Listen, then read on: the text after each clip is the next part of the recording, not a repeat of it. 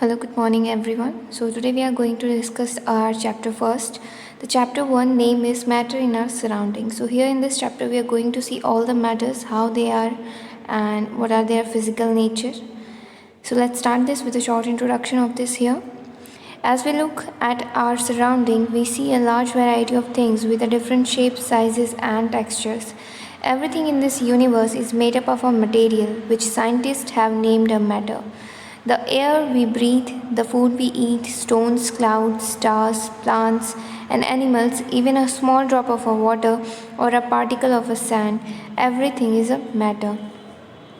अब मतलब यहाँ पे देखिए ये बताया गया है कि हमारी सराउंडिंग में जो भी चीज़ें प्रेजेंट है, जिस भी साइज़ की हो, शेप की हो, कितनी ही वैरायटी की क्यों ना हो, टेक्सचर की क्यों ना हो, ये सारी चीज़ें यूनिवर्स में क्या है, कहीं ना कहीं किसी मटेरियल से बनी है।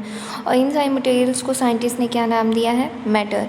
इसका मतलब ये है जो एयर जैसे हम ब्रीथ कर रहे हैं, फूड जो हम खा रहे हैं, stones, clouds, stars, plants, animals, everything, even in a small drop of water जो है, पार्टिकल ऑफ सैंड, ये सारी चीज़ क्या है? एक मैटर है।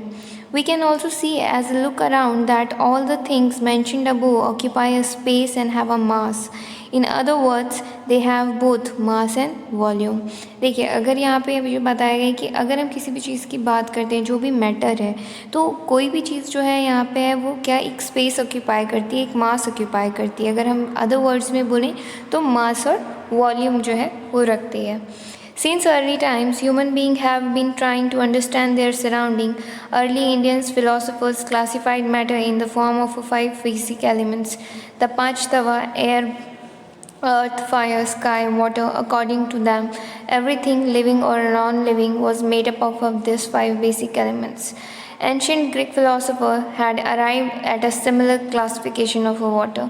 अब देखिए यहाँ पे बताया गया है कि जितनी भी चीज़ें हम ह्यूमन बीइंग की लाइफ में हम देखें तो हमारी सराउंडिंग में 5 तरह के तत्व हैं जिन्हें पंच तत्व भी कहा जाता है, जैसे कि एयर है, अर्थ है, फायर है, स्काई है, वाटर है। और अकॉर्डिंग टू देम एवरीथिंग जो है लिविंग और नॉन लिविंग है, ये सारी चीज़ें इन्हीं से बनी हुई है। ये काफ़ी पुराने एंशिएंट ग्रीक फिलोसोफर्स जो हैं उनके समय से ये क्लासिफिकेशन किया गया है मैटर का। Modern day scientists have evolved two types of a classification of a matter based on the physical properties and the chemical nature.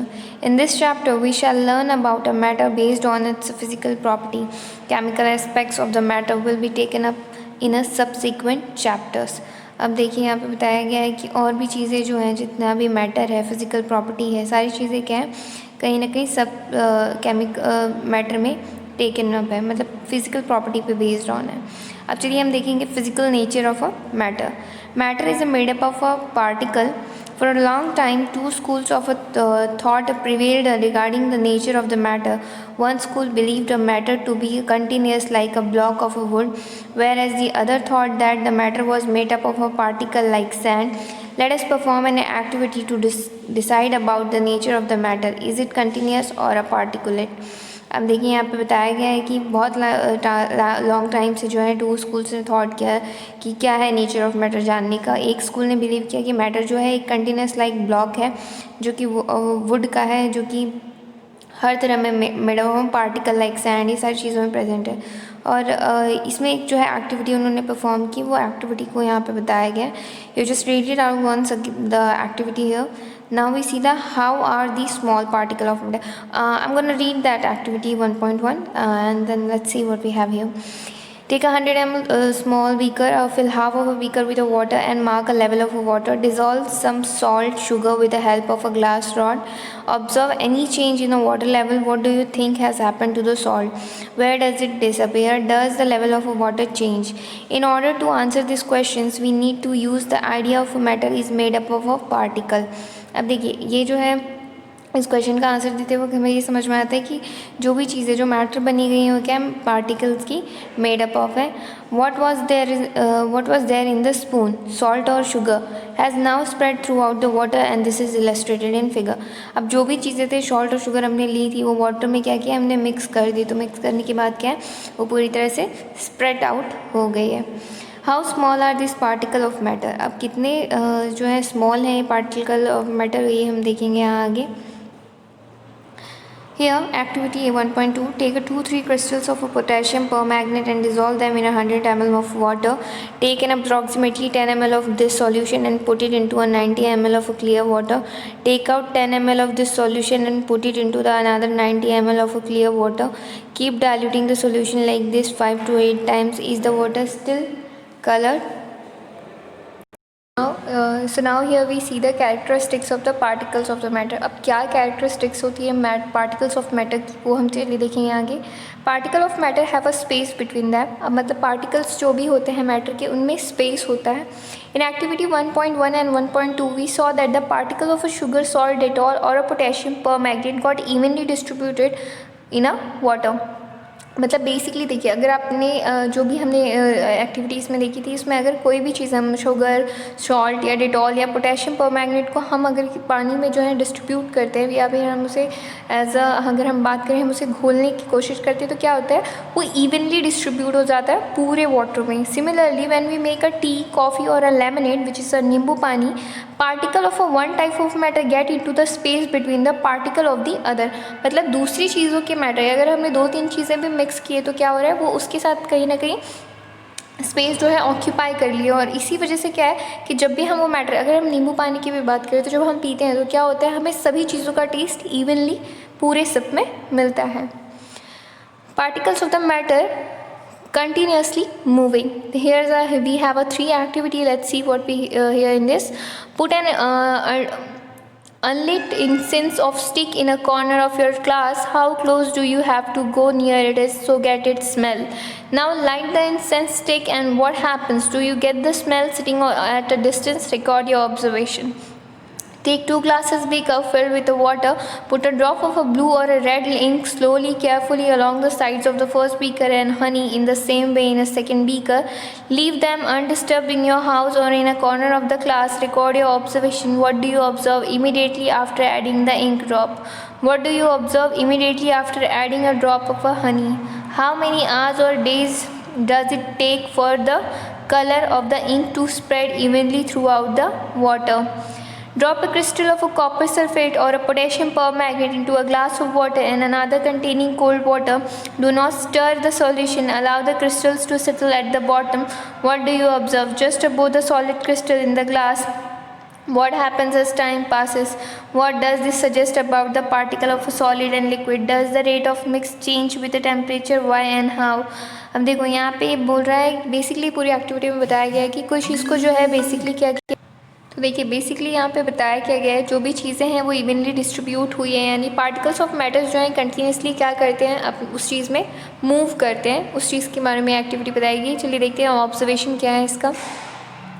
Particles of matter are continuously moving, that is they possess what we call the kinetic energy. और जिस तरह से ये move कर रहे हैं और ये एनर्जी क्या मतलब क्या ये possess करते हैं, बेसिकली काइनेटिक एनर्जी possess करते हैं. As the temperature rises particles move faster, और जैसे जैसे टेम्परेचर राइज होगा पार्टिकल क्या करेंगे, और भी ज़्यादा फास्टर मूव करेंगे. So we can say that with the increase in temperature, the kinetic energy of the particle is also increases.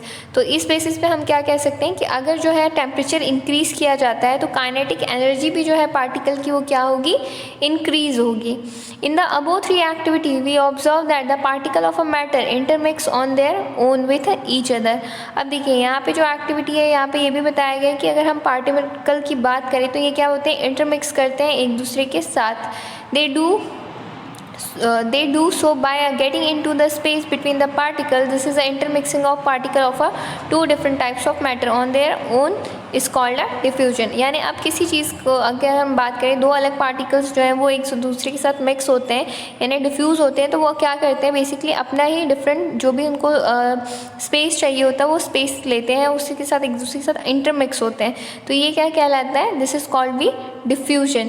We also observe that on heating diffusion become faster. Why does this happen? अब diffusion जो है, अगर हम heating की बात करें, अगर हम heat और बढ़ाते हैं तो diffusion क्या होता है, और भी fast होता है. तो ये क्यों हो रहा है, तो चलिए देखेंगे आगे। Particle of matter attract each other. Activity, play this game in the field, make 4 groups and form a human chains as suggested. The first group should hold each other from the back and lock arms like Idumisami and dancers. The second group should hold hands to form a human chain. The third group should form a chain by touching each other in with only their fingertips. Now the fourth group of the students should run around, try to beat 3 human chains by into as many as small groups as possible. अब देखिए basically ये जो game है इसमें हो क्या रहा है, जब आप एक दूसरे को टच करेंगे तो टच करने के बाद क्या हो रहा है, वो पर्सन आपके साथ अटैच होता चले जाएगा और उसके बाद आप चेन फॉर्म करते जाएंगे। तो ये चेन फॉर्म जब होगी तो बेसिकली क्या होगी, आपकी सीरीज़ जो है ये बहुत ही लंबी होती चली जाएगी। तो सेम ये जो कॉन्सेप्ट है, मतलब क्या है, बेसिकली पार्टिकल क्या है, एक दूसरे को अट्रैक्ट करते हैं एक दूसरे से।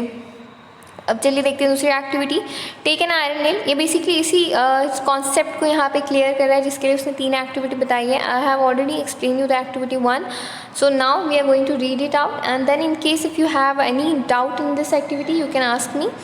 Activity 1.7, take an iron nail, a piece of chalk and a rubber band. Try breaking them by a hammering, cutting or a stretching. In which of these above 3 substances do you think the particles are held together with a great force?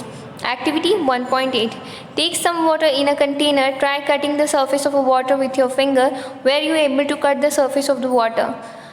What could be the reason behind the surface of water remaining together? The above 3 activity 1.6, 1.7 and 1.8 suggest that particle of matter have a force acting between them and मतलब particles का जो force होता है ये उनके बीच ही क्या होता है, एक्ट करता है। This force keeps the particle together, और यही क्या करता है, इस पार्टिकल्स को हेल्प करता है ये फोर्स एक दूसरे के साथ टुगेदर रखने में, यानी उनकी बॉन्डिंग में। The strength of this force of the attraction varies from one kind of matter to another, और ये जो स्ट्रेंथ है फोर्स का यही अट्रैक्ट करता है और वेरी करता है from one matter to another. Now we see the states of matter. अब क्या क्या states है मैटर की, चलिए देखें आगे। Observe the different types of matter around you. What are its different states? We can see that the matter around us exists in the 3 different states: solid, liquid and gas. These states of a matter arise due to the variation in the characteristics of the particle of a matter. अब देखिए जो states है matter की, अगर basically सारी चीज़ों को observe किया गया है कि ये इनका हम बोल सकते हैं ये क्या है, डिफरेंट स्टेट्स में होते हैं, ठीक है। तो इसमें क्या है, जो मैटर एग्जिस्ट करता है वो बेसिकली 3 डिफरेंट चीज़ों में एग्जिस्ट करता है, जैसे कि सॉलिड है, लिक्विड है और गैस है। और ये स्टेट्स ऐसे हैं जो मैटर के वेरिएशन की वजह से हैं और उनकी अपनी ही क्या है, कैरेक्टरिस्टिक्स भी हैं पार्टिकल की मैटर में। अब चलिए देखते हैं हम वो क्या है, कैसे हैं। द सॉलिड स्टेट की बात की गई है। Collect the following articles: a pen, a book, a needle and a piece of a wooden stick. Sketch the shape of the above article in your notebook by moving a pencil around them. Do all these have a definite shape, distinct boundary and a fixed volume? What happens if they are hammered, pulled or dropped? Are these capable of diffusing into each other? Try compressing them by applying a force. Are you able to compress them? अब देखिए solid state की बात की गई है, यहाँ पे क्या क्या है, कई सारे जो आर्टिकल्स लिए जैसे पेन, बुक और नीडल, इन सारी चीज़ों को लिया गया है। उसके बाद उसमें क्या क्या है, स्केच किया गया एक साइज़ और शेप को नोटबुक में पेंसिल को मूव करके। इसके बाद एक डेफिनेट शेप और साइज़ जो है, ये बाउंड्रीज सारी चीज़ें फिक्स की गई हैं। अब ये जो है कि इनको डिफ्यूजन कर सकते हैं, इन्हें कंप्रेस कर सकते हैं, यानी ये देखना है। तो चलिए ऑब्जर्वेशन क्या है वो क्या बताती है हम देखेंगे। All the above are the examples of the solid. जो भी चीज़ें हमने ऊपर ली हैं वो सॉलिड के एग्जाम्पल है। Can observe that all this have a definite shape, distinct boundaries and fixed volume. और जो भी चीज़ें हमने ली हैं बेसिकली क्या है, सबका अपना साइज़ है, शेप है, बाउंड्रीज है, फिक्स वॉल्यूम है। कोई भी उससे और इसकी निग्लिजिबल कंप्रेसिबिलिटी है, मतलब हम उसे कंप्रेस करके छोटा बड़ा कुछ नहीं कर सकते हैं। Solid have a tendency to maintain their shape when a subject is outside force. मतलब सॉलिड के पास ये टेंडेंसी है कि कोई भी चीज़ को अगर कोई भी सब्जेक्ट उसे आउटसाइड फोर्स से एक्सटर्नल फोर्स जो है उस पर अप्लाई करते हैं तो अपना साइज़ और शेप जो है वो इतनी ईजिली वो चेंज नहीं करेगा। सॉलिड में break under a force but it is difficult to change their shape और सो दे आर रिजिड। देखो सॉलिड बेसिकली क्या है, ये डिफ़िकल्ट है उसका साइज़ और शेप जो है उसे चेंज करना, लेकिन कहीं ना कहीं ये पॉसिबिलिटी है कि वो खुद को ब्रेक कर लेगा या तोड़ लेगा, लेकिन साइज़ और शेप थोड़ा मुश्किल है चेंज हो पाना। और इस चीज़ से वजह से क्या है, कहीं ना कहीं ये रिजिड है। Consider the following. What about a rubber band can can it change its shape on stretching, is it a solid? अब देखिए रबर बैंड जो है वो अपना जो है बेसिकली अगर हम उसे बहुत स्ट्रेच करें तो कहीं ना कहीं जो है वो स्ट्रेच होकर वापस से अपने ओरिजिनल साइज़ में आ जाता है। बट अगर रबर बैंड की क्वालिटी ख़राब है, यानी जो इलास्टिसिटी उसमें लगी है वो ख़राब है, तो हम उसे जितना स्ट्रेच करते जाएंगे धीरे धीरे उसका साइज़ और शेप क्या है बदलता जाएगा। What about the sugar and salt? When we kept different jars, this take a shape of the jar. Are they solid? अब देखिए ये क्या है, अगर बात करें जो भी शुगर और सॉल्ट है, हम कभी भी उसे डिफरेंट जार में रखते हैं तो क्या होता है, वो जार की शेप में रहता है, क्या वो डिफरेंट सॉलिड है? What about the sponge? It is a solid yet we are able to compress it. Why? अब देखिए अगर स्पॉन्ज की भी बात करें वो तो सॉलिड है, लेकिन हम फिर भी उसको क्या कर रहे हैं, हम उसको कंप्रेस कर पा रहे हैं। So all the above are solid as a rubber band changes shape under the force and regain the same shape when the forces is removed. If excessive force is applied, it breaks. यानी देखिए rubber band के example को यहाँ पे बताया है कि rubber band जो है इस पर अगर हम फोर्स अब लगाते हैं तो क्या करता है, उसका साइज और शेप चेंज तो होता है, लेकिन जैसे ही वो उसे हम छोड़ते हैं, फोर्स रिमूव करते हैं, वो वापस से अपना उसे क्या करता है, रिगेन कर लेता है। लेकिन इन केस अगर वो नहीं कर पा रहा है तो क्या होगा, बेसिकली वो ब्रेक हो जाएगा अगर ज़्यादा फोर्स हमने उस पर अप्लाई कर दिया तो। The shape of each individual sugar salt crystal remain fixed whether take it in a hand और put it in a plate of a jar. Sugar और जो सॉल्ट है उसका साइज़ और शेप जिस तरह का है वो वैसा ही रहेगा, अगर आप उसे हाथ में लेंगे तो भी या जार में रखेंगे तो भी। A sponge has a minute hole in a air in which air is trapped. When we press it is the expelled out, the air is expelled out and we are able to compress it. अब देखिए अगर हम sponge की बात करें तो sponge जो है वो सॉलिड ही है, लेकिन क्या है उसमें एयर होल्स हैं और एयर होल्स जो है कहीं ना कहीं उसमें एयर भरी होती है और जब हम उसे कंप्रेस करते हैं तो बेसिकली एयर बाहर जाती है और जैसे हम उसे छोड़ते हैं वो वापस से वैसे ही हो जाती है। तो ये दिस इज़ अ एयर जो एक्सपेल्ड हो रही है, तो इसी वजह से बेसिकली हम क्या कर रहे हैं, उसे कंप्रेस कर पा रहे हैं। अब देखिए है यहाँ पे बताया है liquid state. Activity 1.10 collect the following: the water, cooking oil, milk, juice, a cold drink, containers of a different shapes. Put a 50 ml mark on these containers using a measuring cylinder from a laboratory. What will happen if these liquids are split on the floor? Measure 50 ml of any one liquid and transfer it one different container one by one. Does the volume remain the same?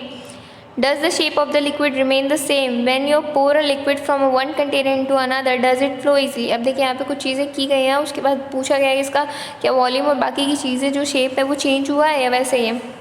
So we observe that the liquid have no fixed shape and have a fixed volume.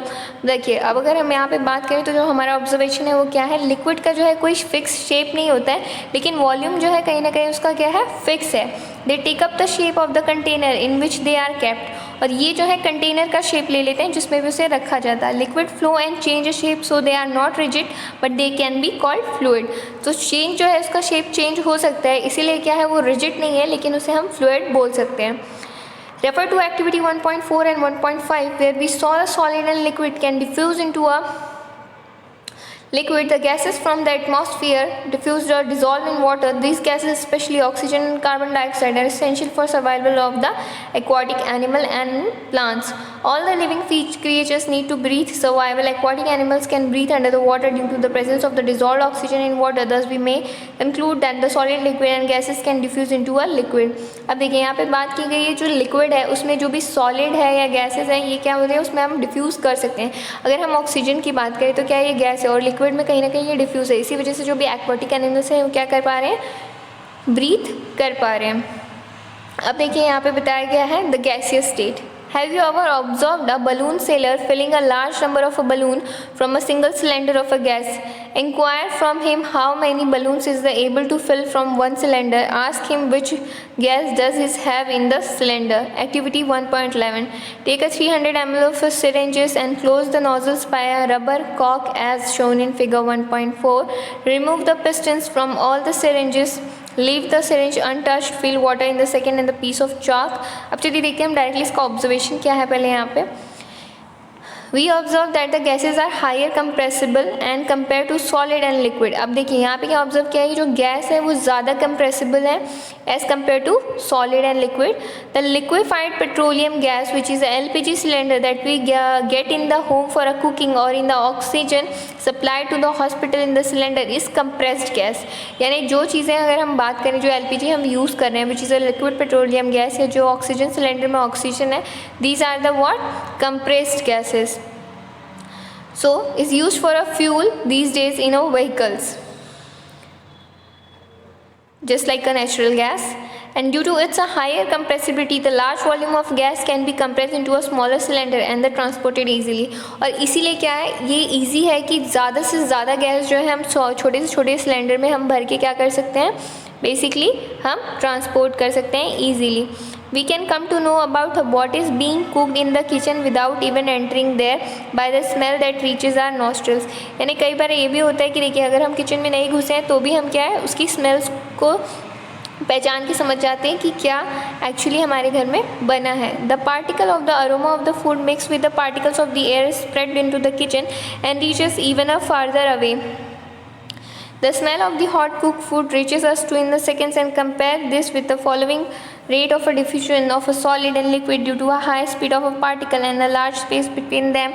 Gases show and property of a diffusing very fast into the other gases। यानी basically देखिए क्या हो रहा है, जो भी smell particle है वो गैस में क्या हो रहा है, मिक्स हो रहा है, और मिक्स होने के बाद क्या है वो सराउंडिंग में स्प्रेड हो रहे हैं, और ये स्प्रेडिंग की वजह से ही बेसिकली क्या हो रहा है, हमें वो स्मेल मिल पा रही है।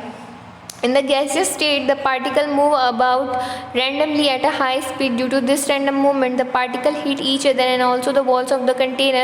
The pressure exerted by the gas is because of the force exerted by the particle per unit area on the walls of the container। अब देखिए जो गैसेस स्टेट की बात की, जो पार्टिकल है वो रैंडमली जो है हाई स्पीड में मूव कर रहा है। क्यों? बिकॉज ऑफ द पार्टिकल जो है वो दूसरे पार्टिकल को हिट कर रहा है, और हिट करने की वजह से क्या है वो बेसिकली अपनी जगह को एडजस्ट कर रहा है, और एडजस्ट करने के बाद अपनी बॉन्डिंग जो है वो उस तरह से बना रहा है। जैसे देखिए सॉलिड की बॉन्डिंग बताई गई है, या लिक्विड में किस तरह से वो ट्रांसपोर्ट करते हैं, गैस में किस तरह से, तो बेसिकली उसका डिस्टेंस देखिए किस तरह से वो बनाया गया है।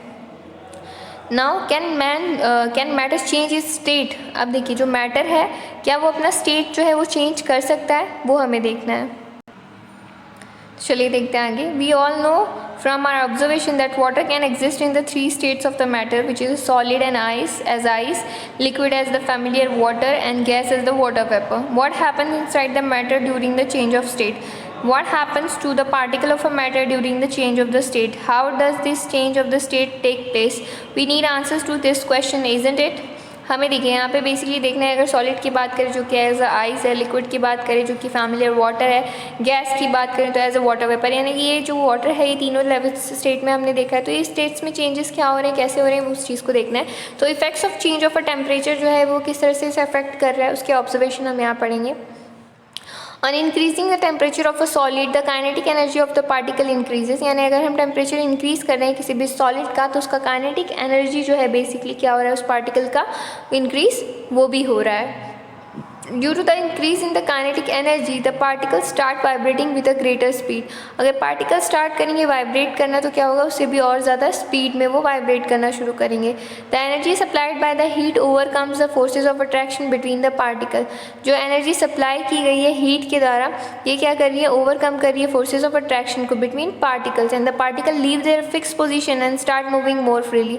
और इस तरह से क्या होगा, पार्टिकल की जो फिक्स पोजिशन है वो उसको मूव कर यानी लीव करेगी और ज़्यादा फ्रीली होके वो मूव करना शुरू कर देगी।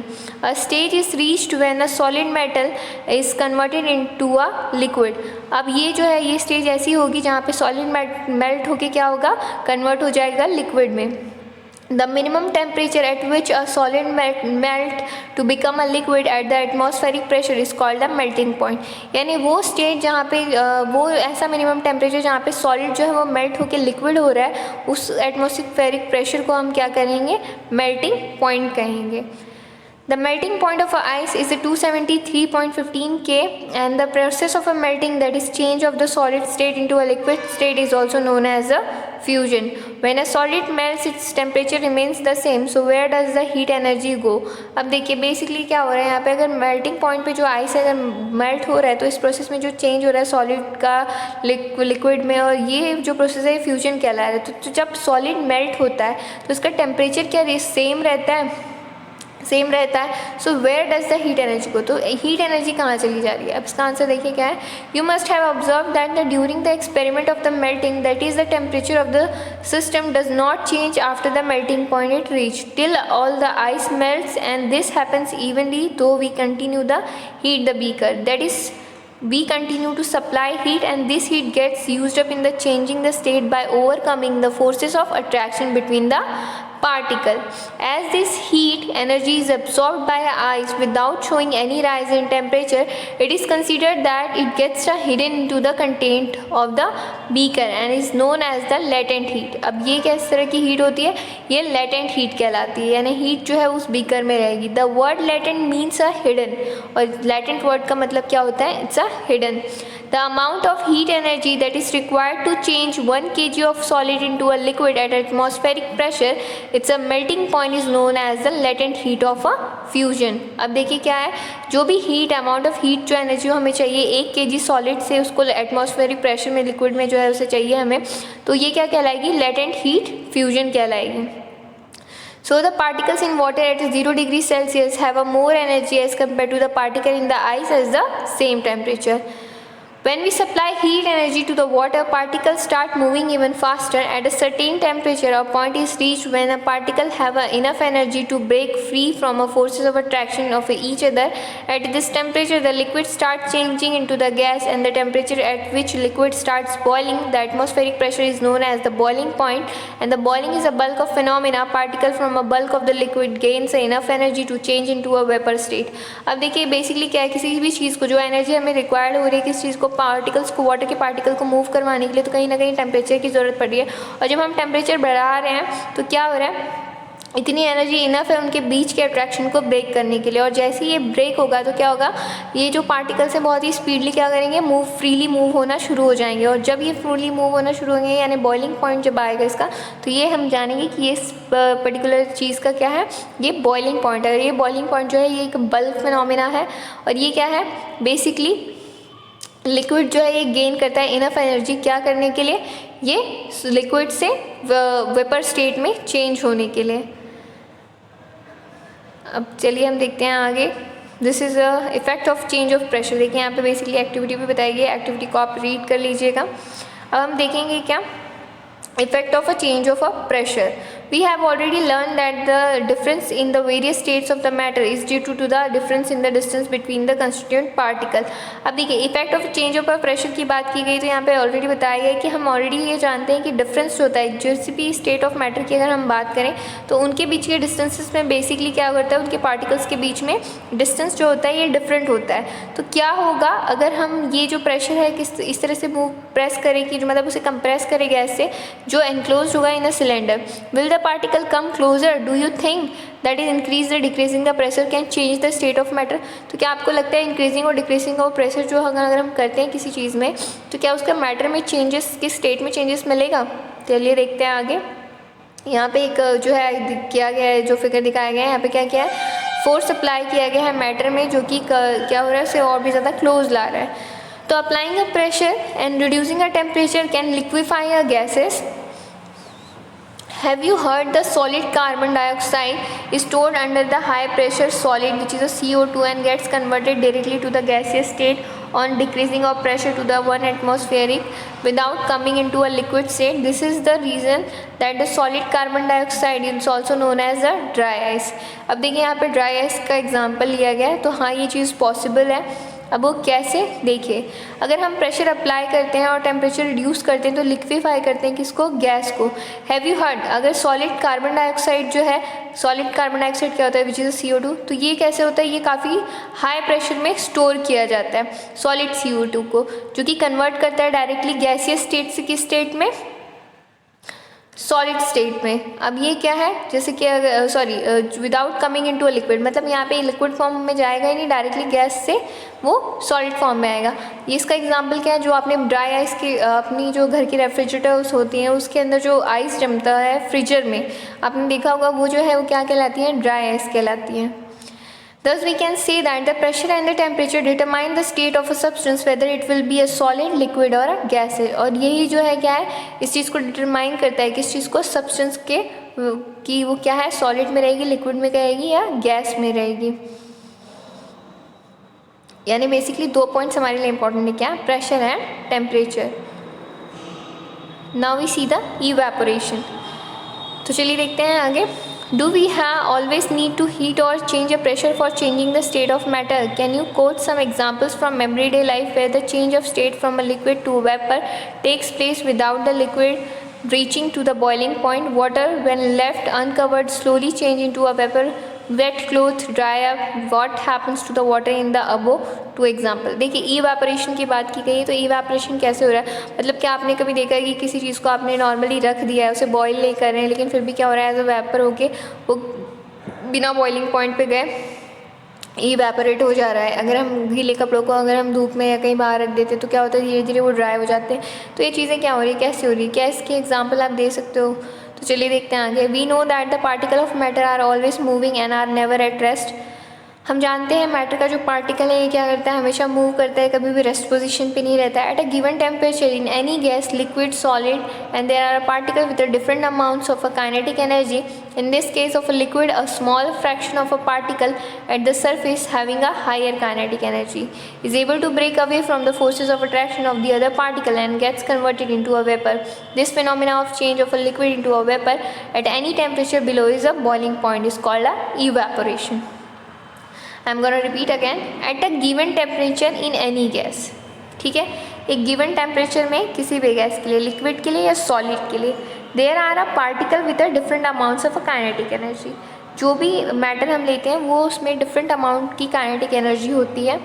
ठीक है, इन दिस केस अगर हम इसकी बात करें तो लिक्विड जो है इसमें एक small fraction of a particle है एट द सरफेस जो कि हायर काइनेटिक एनर्जी रखता है, और ये एबल है ब्रेक करने के लिए उस फोर्स ऑफ अट्रैक्शन को जो पार्टिकल को कन्वर्ट कर सकती है into a vapour.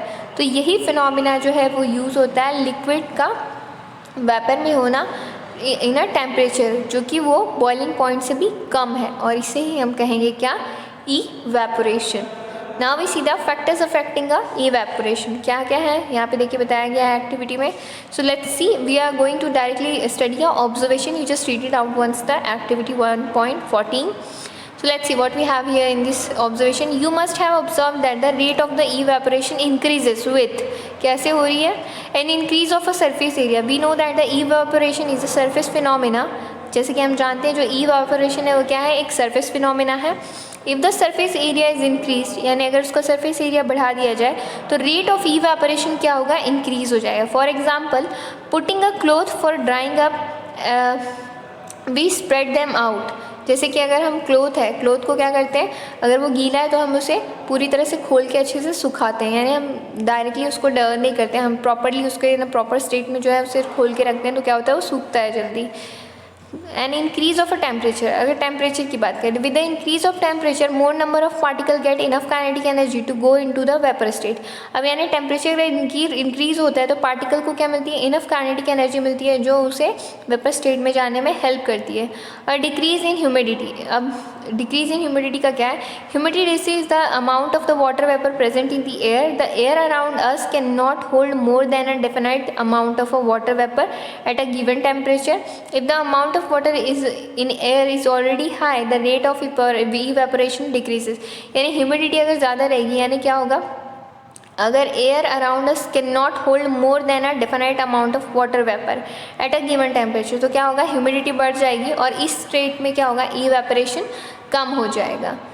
An increase in the wind speed. It is common observation that the clothes dry faster on the windy day. With the increase in the wind speed, the particles of the water vapor move away with the wind, decreasing the amount of water vapor in the surrounding. यानी क्या है, आपने सुना ही है कि जो हवा के दौर होते हैं, यानी अगर वाइंडी सीजन चल रहा है, आप काफ़ी ज़्यादा हवा चल रही है, तो क्या होगा उस टाइम पे कपड़े और जल्दी सूख जाते हैं। रीज़न क्या है, क्योंकि कहीं ना कहीं क्या है, उनकी इंक्रीज इन वाइंड स्पीड जो है अगर रहती है तो पार्टिकल को जो वाटर मूव करना होता है वाइंड से डिक्रीज अमाउंट में वो होता है, तो जल्दी से क्या होता है वो सूख जाता है।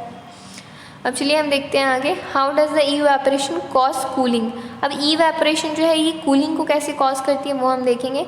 इन an open vessel the liquid keeps an evaporating the particle from evaporating. The particles of a liquid absorb the energy from the surrounding to the regain the energy lost during a evaporation. This is the absorption of energy from the surrounding make the surrounding cold. अब यहाँ पे क्या बताया गया है, अगर हम open vessel की बात करें और किसी लिक्विड को इवेपोरेट करना है तो पार्टिकल जो होते हैं लिक्विड के एब्जॉर्ब करते हैं किस चीज़ को, सराउंडिंग की एनर्जी को, ठीक है, और इसे रिगेन करके क्या करते हैं, वो इवेपोरेशन में यूज़ करते हैं. This absorption of energy in this from the surrounding is called make the surrounding cold. अब ये जो हीट एनर्जी को ऑब्जॉर्व कर रहा है यही क्या करता है, सराउंडिंग को और ज़्यादा कोल्ड कर देता है. What happens when you pour some acetone which is the nail polish remover on the palm. अगर आपने थिनर जो है या जो हम कहते हैं जो एसीटोन है या जो नेल पॉलिश रिमूवर है उसको अपने हाथ में लिया तो क्या होता है, आपको ठंडा लगता है. The particles gain energy from your palm और surrounding and evaporate causing the palm to feel cool. यानी क्या है, जैसे ही हमने उसे बेसिकली अपने हाथ पे रखा उसने क्या किया, उस एनर्जी को, सराउंडिंग की एनर्जी को पाया और उसके बाद वो मूव करना, यानी क्या हुआ ना, इवेपोरेट होना शुरू हुआ. और जब वो इवेपोरेट हुआ तो हमारे पाम को क्या है, कूल फीलिंग होने लगी. After a hot sunny day people sprinkle water on the roof और a open ground because a large latent heat of a vaporization of water helps to cool the hot surface. अब मतलब यहाँ पे क्या बताया गया है. So now here we see start. अब देखिए बेसिकली यहाँ पे वेपराइजेशन होता है तो क्या होता है, बेसिकली देखिए जो गर्मी के दिन होते हैं तो हम क्या करते हैं, बड़े से ग्राउंड में या दूसरी जगह पे बेसिकली हम क्या करते हैं, वहाँ पे पानी छीट देते हैं. तो पानी छीटने से क्या होता है, बेसिकली जो हीट है, जो हीट लैटेंट हीट है वो क्या होती है, वेपरेट हो जाती है और वेपरेट होने के बाद हमें थोड़ी कूल फीलिंग होने लगती है. Why should we wear a cotton cloth in the summer. अब हमें बेसिकली समर में कॉटन क्लोथ क्यों पहनने होते हैं. During a summer we perspire a more because of the mechanism of our body which keeps us cool. We know that during a evaporation the particle of at the surface of the liquid gain energy from the surrounding or a body surface and change into a vapor. The heat energy equal to the latent heat of the vaporization and is absorbed from the body leaving the body cool. Cotton being a good absorber of water helps in absorbing the sweat and exposing it to the atmosphere for an easy evaporation. अब देखिए basically क्या होता है, गर्मी के दिनों में जब हमें सूती के कपड़े पहनते हैं तो उससे क्या होता है, जो भी हीट है, क्योंकि हीट हो रही है तो एज अ फॉर्म हमें स्वेटिंग होती है. तो स्वेटिंग में क्या होता है, बेसिकली जो सूती है उसे ऑब्जर्व करने में ईजी होता है, उसके बाद जो उसका इवेपोरेशन भी ईजी हो जाता है. तो कहीं ना कहीं क्या होता है, हमारी बॉडी को वो कूल रखने में हेल्प करता है. Why do we see water droplet on the outer surface of the glass containing ice cold water. अगर कोई हम मान लीजिए हमने पानी लिया ठंडा पानी, तो ठंडा पानी जैसे हम लेते हैं तो क्या होता है, उसके आउटर सर्फेस में ग्लास के वो छोटे छोटे आपको कंटेनिंग आइस को जो रहते हैं वो दिखने लगते हैं, ड्रॉपलेट्स दिखने लगते हैं. तो क्यों, let us take some ice cold water in a tumbler. Soon we will see the droplet into the outer surface of the tumbler. What vapor present in the air?